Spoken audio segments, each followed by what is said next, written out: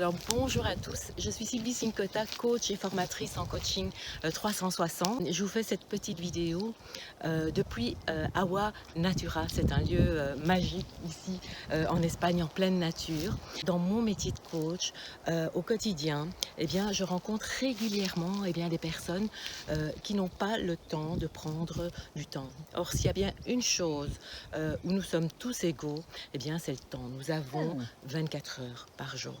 Alors, qu'est-ce qui fait que certaines personnes arrivent à prendre du temps pour elles et d'autres pas? Alors, en général, cela nous vient de notre éducation.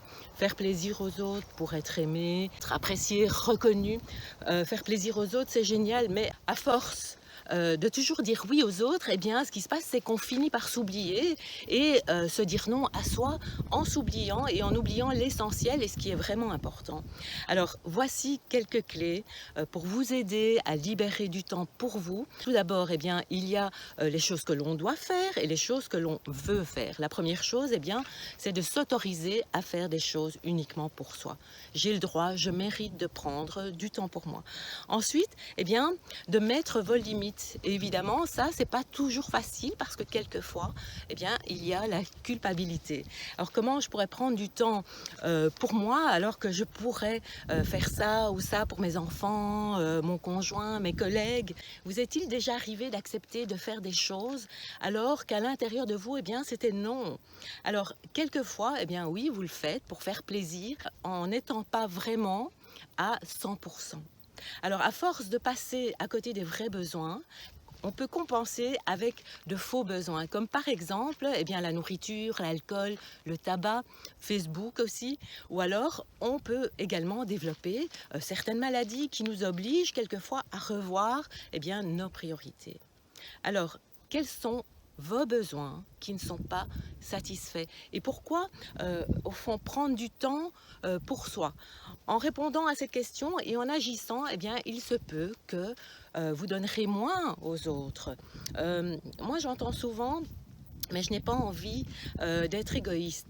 Mais quand on donne tout, qu'est-ce qui se passe? Il ne reste plus rien et donc on donne mal parce que on est stressé, insatisfait et quelquefois on attend d'un retour.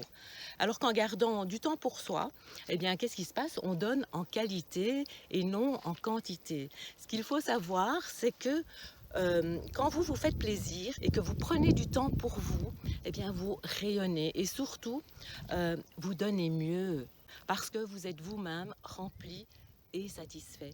Alors dire non ne veut pas dire que vous n'aimez pas les autres. Bien au contraire, cela veut juste dire que vous vous respectez et que vous donnez de la valeur à vos oui. Si vous aviez une demi-heure par jour, à quoi occuperiez-vous ce temps uniquement pour vous? Pour ma part, moi, je me réserve chaque jour un moment avec moi, un moment où je ne fais rien. Comment pourrais-je aider mes clients et être présente pour mes proches si je ne prenais pas ce temps pour moi? Alors, pour bien donner aux autres, cela commence par soi et la vie, elle n'attend pas. Alors, en commentaire, dites-moi comment vous allez prendre du temps pour vous et aussi ce que cela changerait pour vous, mais aussi pour vos proches. Alors, j'espère que cette vidéo vous a plu. Et si vous souhaitez plus de vidéos, abonnez-vous à ma chaîne YouTube. Merci à vous pour vos likes, vos partages. Et je vous dis à très bientôt dans une prochaine vidéo.